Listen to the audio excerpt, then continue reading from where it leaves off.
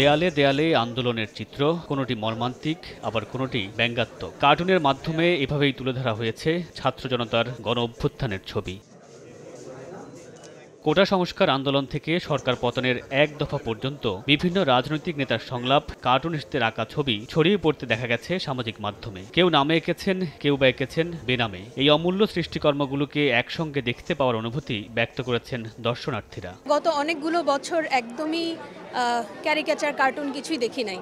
তো এই সময়ের মধ্যে দিয়ে গিয়ে এতগুলো কার্টুন দেখতে পেরে কি যে ভাল লাগতেছে, আমাদের যে প্রতিবাদের ভাষাটা বের হয়ে আসছে, ইটস অ্যাবসলিউটলি অ্যামেজিং। আমার মনে হয় না আমি এর আগে কখনো দেখেছি কার্টুনে যে এত মানে টপিকটা যে এত ভ্যারি করতে পারবে, এত বড় ধরনের হতে পারবে, এটা আমি কখনো আগে দেখিনি। যে স্যাক্রিফাইস স্টুডেন্টদের স্ট্রাগলটা দেখেছে, ওইগুলো অনেক ইম্পর্ট্যান্ট, ওইগুলো অনেক ইম্প্যাক্টফুল। নিজের চোখে যেভাবে দেখেছি এখানে সেভাবেই দেখছি, তবে আউটলেটে বা মিডিয়াতে যেভাবে দেখেছি সেটার সাথে অবশ্যই একদম কমপ্লিটলি অপোজিট একটা ছবি আমি দেখছি।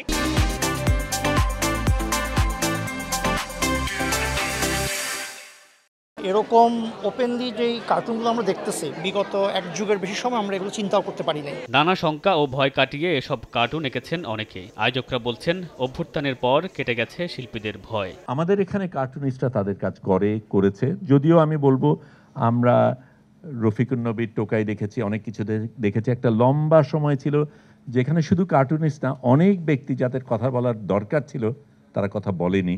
এখন কেউ কেউ সুর বদলাচ্ছে, সেটা ভিন্ন আলাপ। কিন্তু তারপরেও আমি বলবো আমরা এখানেই এই গ্যালারিতেই আমরা যেই প্রদর্শনীগুলি করেছি সেগুলি কার্টুনিস্টরাই করেছে। এই কার্টুনটা যেদিন বের হলো ফেসবুকে, সেদিন আমি অজস্র ফোন পেয়েছি বিদেশ থেকে, আপনি কি কিছু জানেন কখন? তো আমি বলছি যে না, আমি আসলে কিছু জানি না, কিন্তু সিচুয়েশনটা এমনই হয়েছে যে কোনো সময় একটা কিছু ঘটে যাবে। মত প্রকাশে অসংকোচ হলে কার্টুন কেমন জ্বলে উঠতে পারে সেই চিত্রই ফুটে উঠেছে প্রদর্শনীতে। 23 আগস্ট পর্যন্ত বিকেল 3টা থেকে রাত 8টা পর্যন্ত সবার জন্য উন্মুক্ত এই প্রদর্শনী।